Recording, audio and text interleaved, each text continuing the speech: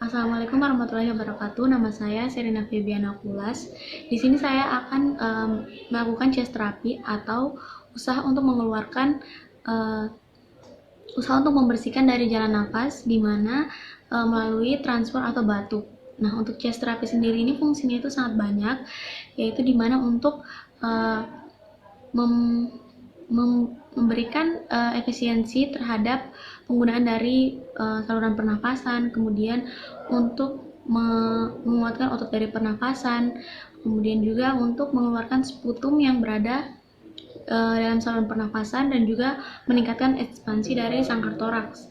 Nah, di mana untuk chest therapy sendiri itu dia terdiri dari yang pertama nebulizer, yaitu pemberian uap dengan dosis tertentu sesuai dengan resep dokter.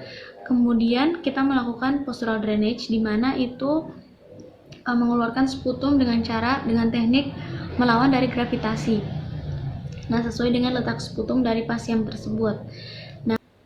Nah, kemudian kita melakukan yang ketiga, yaitu clapping atau menepuk dari sangkar toraksnya, di mana letak dari sputum tersebut untuk mengeluarkan sputum dari saluran pernapasan. Kemudian vibrasi, itu dengan cara menggetarkan dari pasien tersebut sesuai dengan letak sputum tersebut. Nah, yang terakhir kemudian kawing, di mana pasien tersebut batuk dan mengeluarkan sputum, bisa dikeluarkan melalui batuk. Kemudian apabila sputum tersebut tertelan, maka dia akan keluar melalui feses. Nah, sebelum kita memberikan intervensi, tentunya kita memberikan asesmen kepada pasien. Nah, untuk skenario yang saya dapatkan yaitu sebagai berikut. Nah, dari skenario ini saya mendapatkan pasien dengan usia 2 bulan. Nah, yang pertama kita lakukan yaitu pemeriksaan IPPA atau inspeksi palpasi auskultasi. Nah, untuk inspeksi sendiri di sini kita melihat dari laju pernafasan, kemudian respirasi, kemudian simetrik atau asimetrik dari sangkar toraksnya, pola nafas, kemudian juga warna kulit dan lain sebagainya. Nah, untuk palpasi itu kita bisa membandingkan antara toraks. Apabila dia melakukan inspirasi, maka kita membandingkan sangkar toraksnya bagian kiri dan kanan dengan cara seperti ini. Nah, kemudian begitu juga dengan bagian belakang.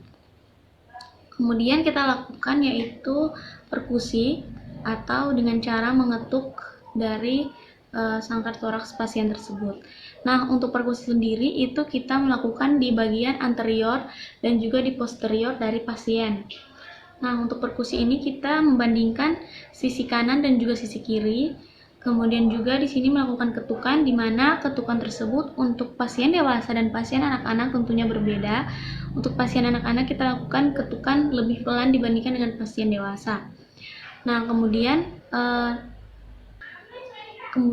kita juga menentukan bagaimana suara yang dihasilkan dari perkusi tadi itu. Adapun suara-suaranya itu sebagai berikut. Nah, langsung saja kita lakukan perkusi pada pasien.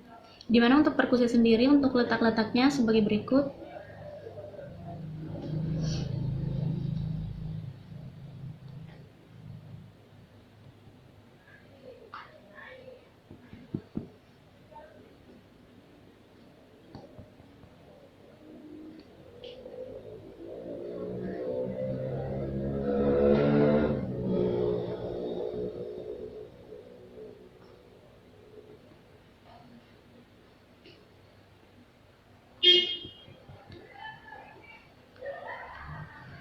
Nah, kemudian untuk perkusi sendiri itu di bagian anterior maupun posterior, tapi di sini untuk kita melakukan pada pasien itu kita selesaikan bagian anterior terlebih dahulu agar anak tidak tengkurap, kemudian balik lagi. Jadi di sini kita lakukan pada satu bagian secara selesai. Kemudian di sini kita melakukan.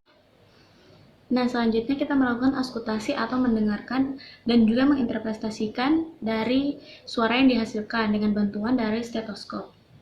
Nah, untuk letaknya itu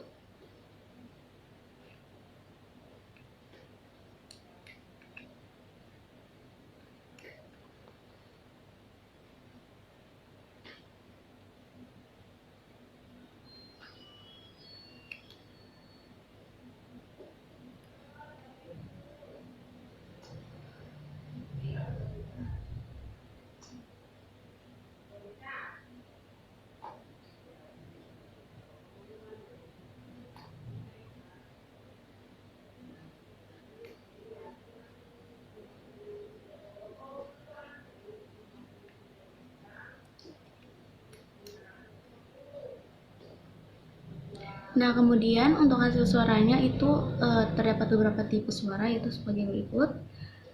Nah, kemudian setelah kita melakukan di bagian anterior, kita melakukan kemudian kita lakukan perkusi dan auskultasi untuk bagian lateralnya.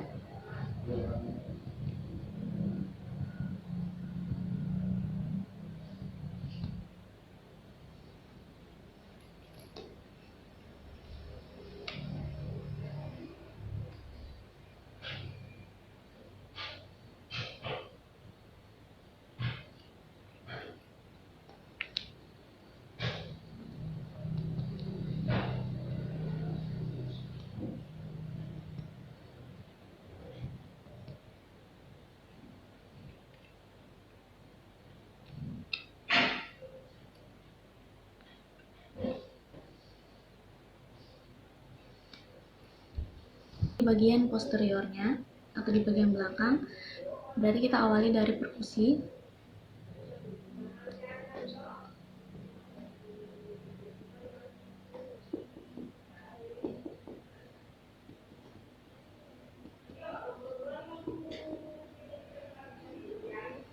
Kemudian kita melakukan auskultasi.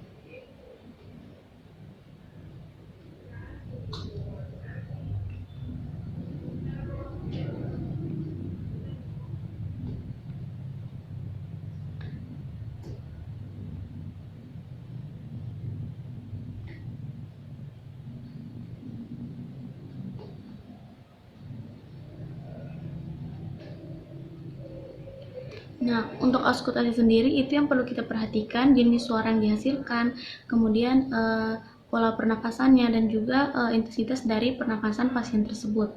Apabila terdapat patologis, maka kemungkinan pasien tersebut terdapat penumpukan sputum atau yang lainnya. Nah, dari hasil asesmen yang saya dapatkan pada pasien Sinta ini, saya dapatkan yaitu terdapat penumpukan sputum di bagian paru kanan, yaitu di bagian upper lobes apical anterior segment atau di bagian kanan, di bagian atas, dan di bagian depan tubuh. Bagian sini. Nah, sehingga untuk postural drainage-nya itu mengikuti dari letak sputumnya atau melawan gravitasi.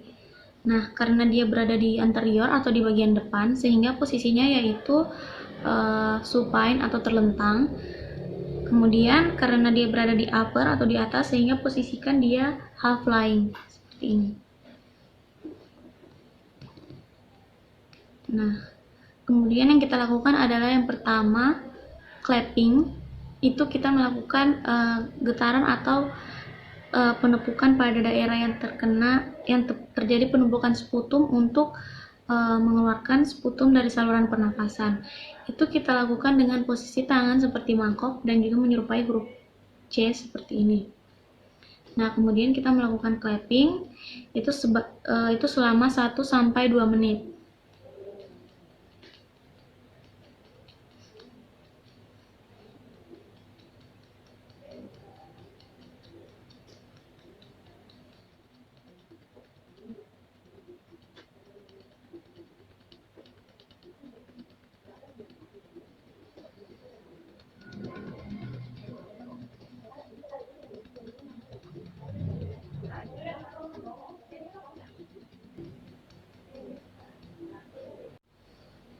Kita lakukan clapping juga di bagian sisi kirinya.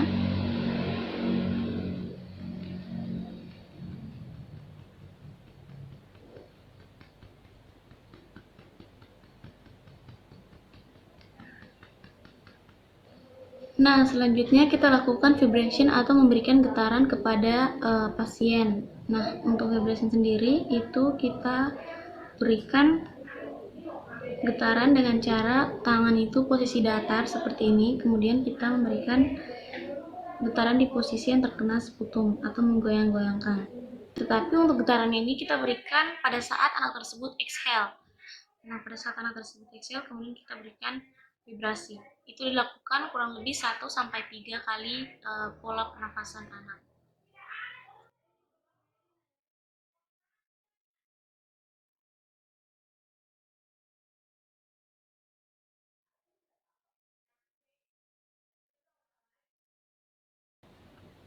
Kita lakukan kita lakukan juga untuk vibrasinya di sebelah kiri.